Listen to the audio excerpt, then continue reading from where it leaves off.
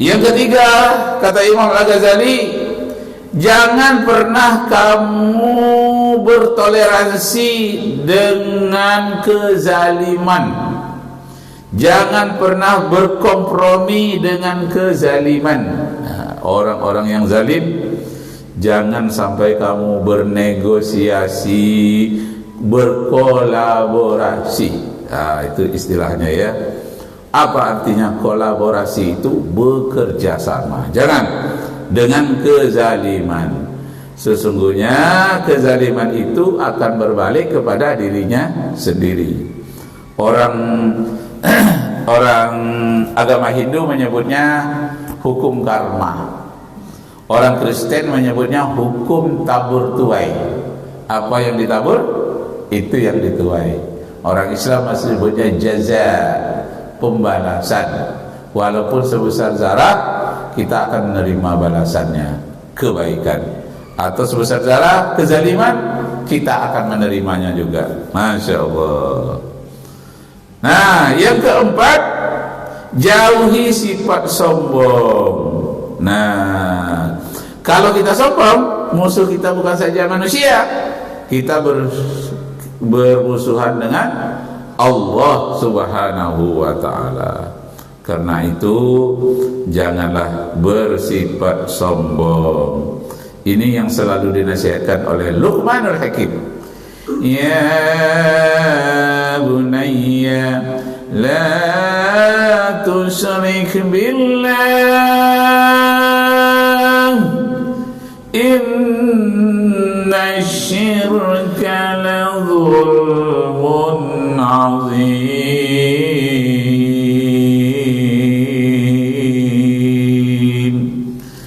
Janganlah kamu syirik kepada Allah, karena perbuatan syirik itu merupakan kezaliman, penganiayaan yang sangat tinggi. Para minta hormat, saya tadi malam ceramah pada satu desa di Binas, jauh, namanya Desa Mandiangin. Setahu saya Mandiangin itu di Bukit Tinggi, Sarojo Mandiangin. Rupanya ada di Binas, jauh ke dalam. Jalannya itu tidak lagi pakai aspal, sudah jalan tanah. Oh, Binas, kalau Pak Haji tahu tuh ya daerah itu ya.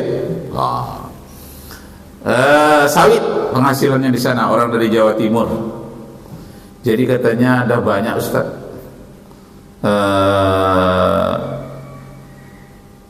buya-buya yang diundang kemari. Sudah banyak diundang, walaupun jauh, tapi ustaz-ustaznya tidak ragu untuk datang. Ya, kenapa? Karena amplopnya agak besar sedikit. Jadi ustaz-ustaz rajin datang. Sudah datang sekali diundang masih mau lagi katanya. Artinya penghormatan kepada ustaznya sana itu tinggi. Cuma ada kami kecewa Ustaz. Kenapa? Diundanglah satu ustaz melalui orang lain, melalui ustaz lain yang mengerti, yang tahu siapa yang bisa berkomunikasi baik dengan kami ini. Nah, apa katanya kepada kami? Kami bilang nggih saja, ya nggih.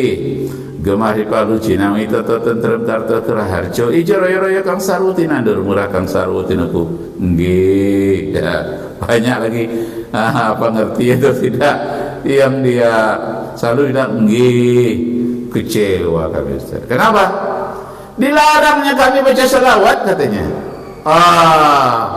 Padahal semenjak dari anak-anak majelis taklim, ibu-ibu, yang bapak-bapak, itu bermacam-macam selawat dibaca. Sedih hati kami, tapi kami enggak membantah katanya. Kami bilang nggih, iyalah, tapi sudah itu tak kami undang-undang lagi katanya. Kenapa? Masa berselawat kepada Rasulullah dia larang katanya. Nah, itu di Desa Mandiangin. Saya jam 1 malam tadi baru pulang. Berangkat dari rumah pukul 3. Jam 3 sudah datang jemput antar. Alhamdulillah. Kalau pergi sendiri tidak tahu jalan. Banyak jalan yang berkelok-kelok. Jalan dalam sawit. Tak ngerti. Entah berapa puluh kali belok kiri, belok kanan, ada yang beraspal, ada jalan tanah. Oh, macam-macam. Nah, jadi kesimpulannya apa? Kalau jadi pemimpin, jadi mubalik, penceramah, janganlah memaksakan kehendaknya kepada masyarakat. Masyarakat walaupun di desa-desa banyak yang hafal Quran. Desa-desa terpencil banyak dia yang ngerti nahwu saraf. Cuma dia rendah hati, tak mau mengatakan, oh itu salah tuh Ustaz. Tak pernah gitu. Turun Ustaz. Kalau di Pekanbaru ini ada Ustaz sedang ceramah disuruhnya turun. Turun Ustaz, nggak sesuai dengan kami. Itu terjadi di Sukajadi waktu saya masih mahasiswa. Itu terjadi Ustaz yang disuruh turun itu ujung namanya Gaskari. Ustaznya sudah wafat. Sekarang sudah wafat dia. Jadi disuruh turun. Turun Ustaz dari mimbar itu. Masya Allah, jemaah nyuruh turun. Kenapa? Jemaahnya pula yang sombong. Biasanya ustadznya, pemimpinnya, orang yang dianggap tinggi itu yang sombong. Ini enggak, jemaahnya pula yang sombong.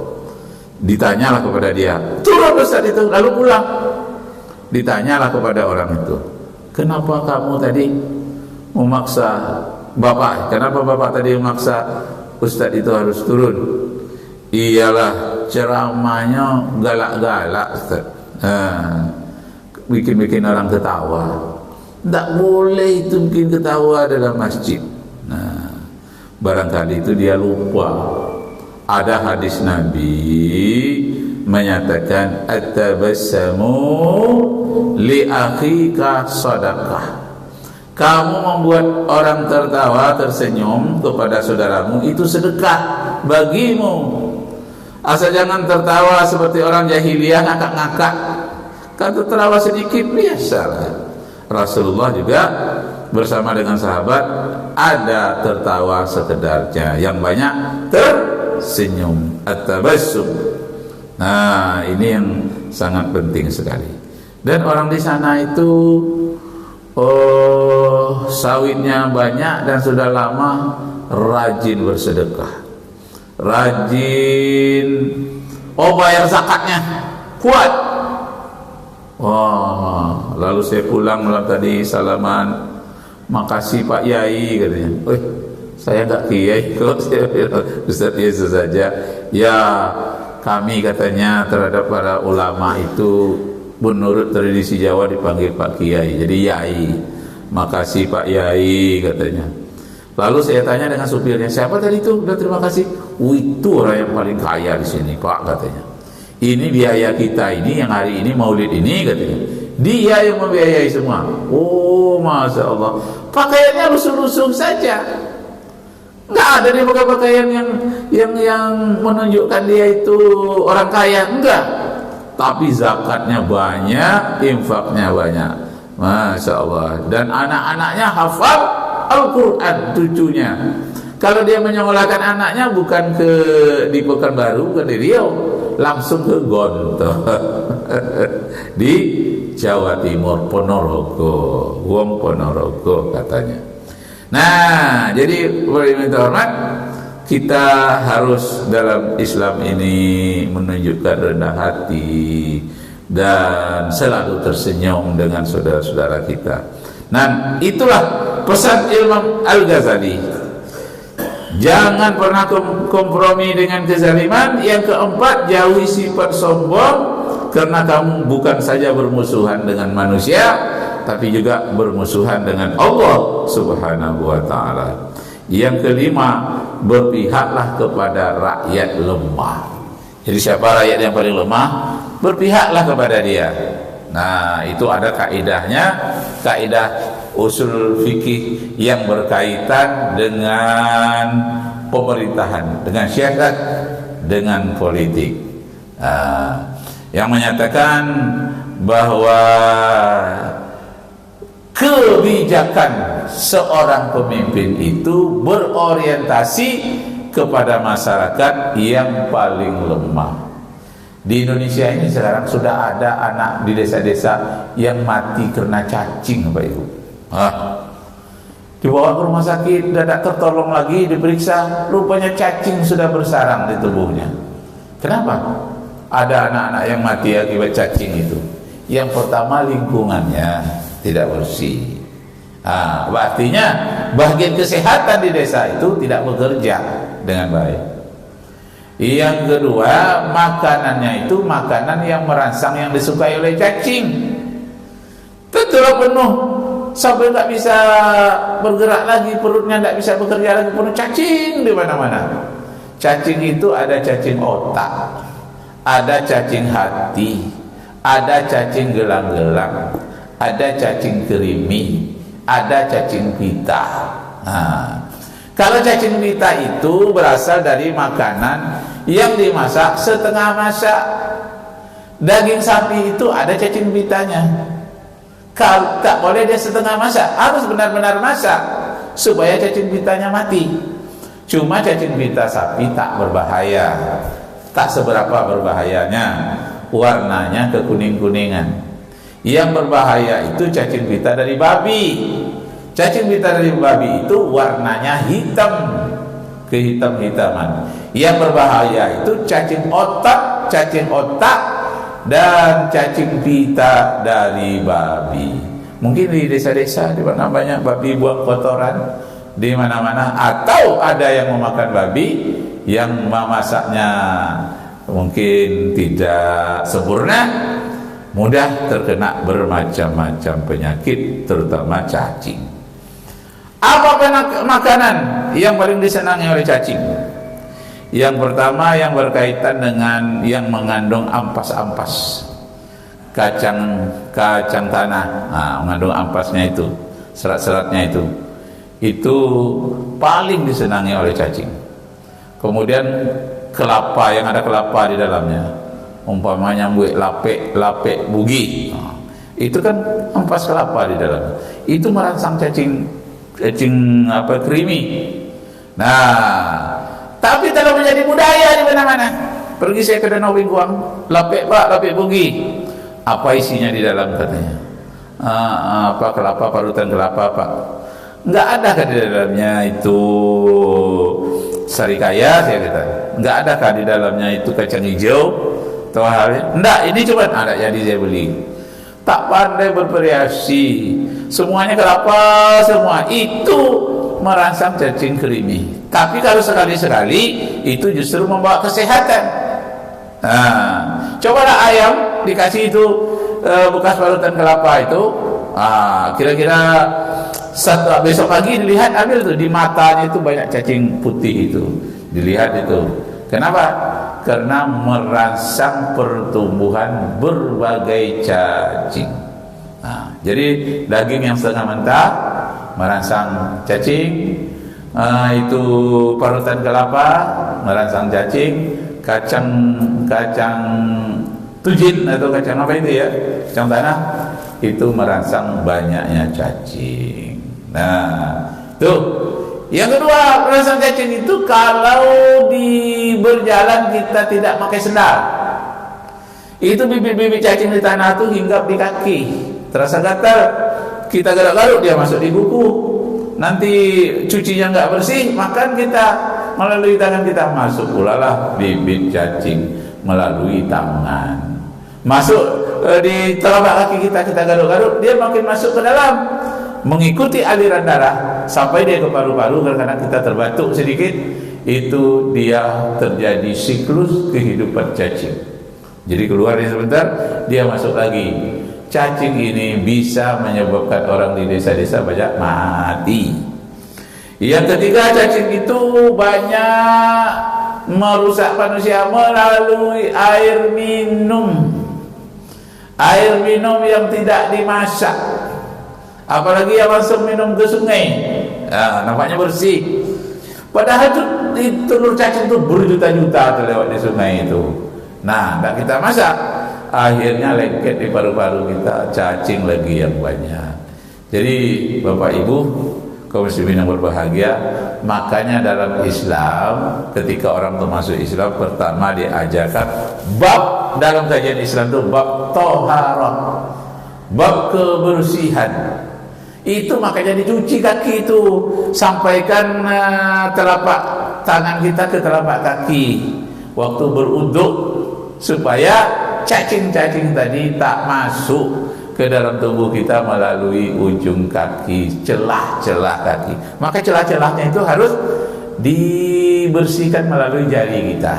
Nah, telinga juga masuk cacing itu.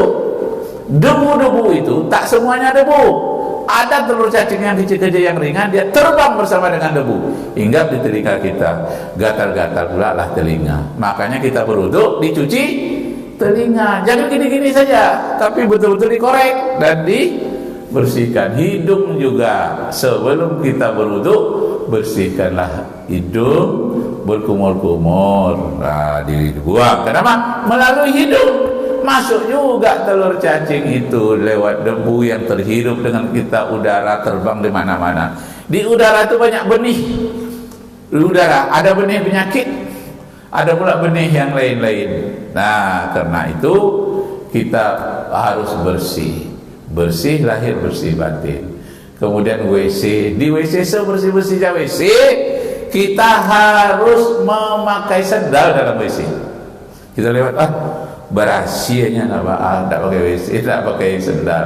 Ada itu yang orang yang buang air di WC itu, ada sebahagian dari buangan kotoran itu adalah telur-telur cacing. Nah, jadi sekarang ini sudah ada di Indonesia ini. Malu sebetulnya Menteri Kesehatan kita, malu ke masyarakat. Ada beberapa anak di desa-desa yang mati karena cacing. Masya Allah, badannya jadi kurus, disangka sakit anemia. Anemia itu kan darahnya itu nggak bekerja dengan baik atau kekurangan darahnya. Anemia, kanker darah. Setelah diperiksa, rupanya darahnya itu disedot oleh cacing. Jadi bukan sakit anemia dia. Seharusnya makanan itu digunakan untuk otak, digunakan untuk kesehatan. Sebelum dia menjadi darah, bakal menjadi darah, itu sudah disedot oleh cacing. Jadi tak bergizi lah dia. Nah, itulah kasus namanya stunting. Stunting, anak-anak yang tidak bergizi. Nah, kebetulan saya pernah sekolah gizi 2 tahun. 2 tahun sekolah gizi, khusus hari Sabtu Minggu. Waktu saya masih di pesantren. Jadi ada kesempatan Sabtu Minggu langsung ke dokter belajar tentang gizi. Dan kemudian anak-anak kita juga tidak bergizi kalau makan sayur salah memasaknya. Kenapa? Karena banyak orang yang masak sayur itu sampai lumpuh sayurnya, sampai layu sekali, padahal tidak.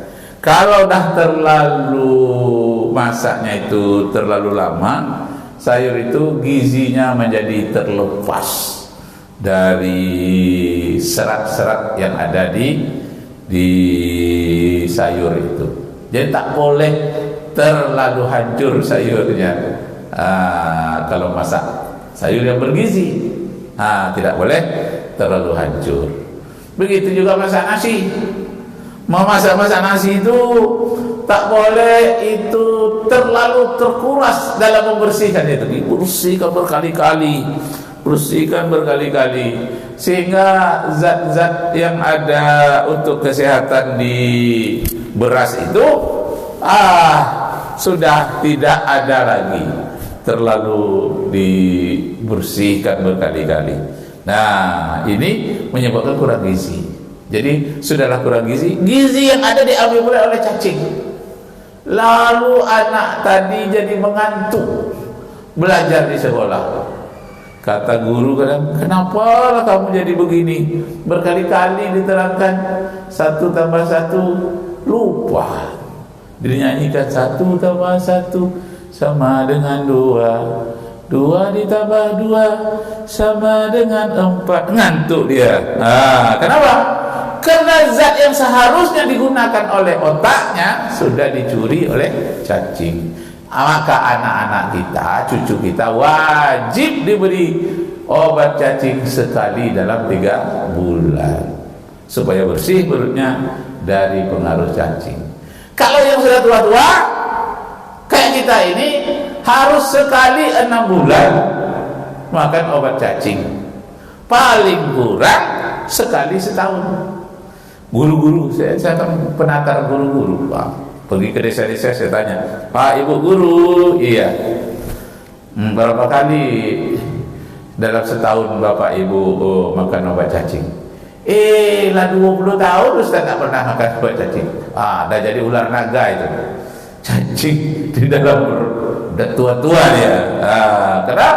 Tidak dibersihkan. Anak-anak, anak-anak kami terserah kepada dia. Enggak sediakan di sekolah, saya katakan. Anak-anak diingatkan siapa yang murah obat cacing itu. Kalau pembantrin iyalah mahal itu 12.000 satu papan, itu isinya cuma 2. Tapi kan ada yang di bawah itu. Ada yang harganya 8.000 bisa untuk satu keluarga makan 2 menjelang tidur. Dan untuk merangsang cacing itu cepat mati, oleh kita makan obat cacing itu dirangsang dulu dengan memakan ampas kelapa atau memakan kacang tujin. Baru kita makan. Itu dia sedang terangsang mau makan, kita makan racun cacing, cacingnya langsung mati. Lebih bagus lagi, nanti sudah makan obat cacing itu makan lagi obat peluntur garam Inggris pembersih perut. Itu betul-betul bersih ya. Nah, itu pengalaman Bapak Ibu saudara, Bapak Ibu jemaah yang saya hormati. Karena itu kita perhatikan kebersihan. Kalau sendal kita sekali 3 bulan, sekali 6 bulan siramlah dengan air panas. Jangan-jangan telur cacing itu sudah menumpang bertahun-tahun di telapak sepatu kita atau di telapak kaki kita. Kalau pakaian, makanya harus digosok supaya telur-telur cacing yang hinggap di baju kita melalui air, melalui cucian sebagainya, itu mati dia dengan digosok itu. Baik pakaian luar maupun pakaian dalam digosok supaya bersih dan kuman-kuman itu mati, gatal-gatal tidak ada lagi. Tapi ada makanan alami kalau di kampung-kampung, di desa-desa, Masya Allah. Kita lanjutkan sedikit ya.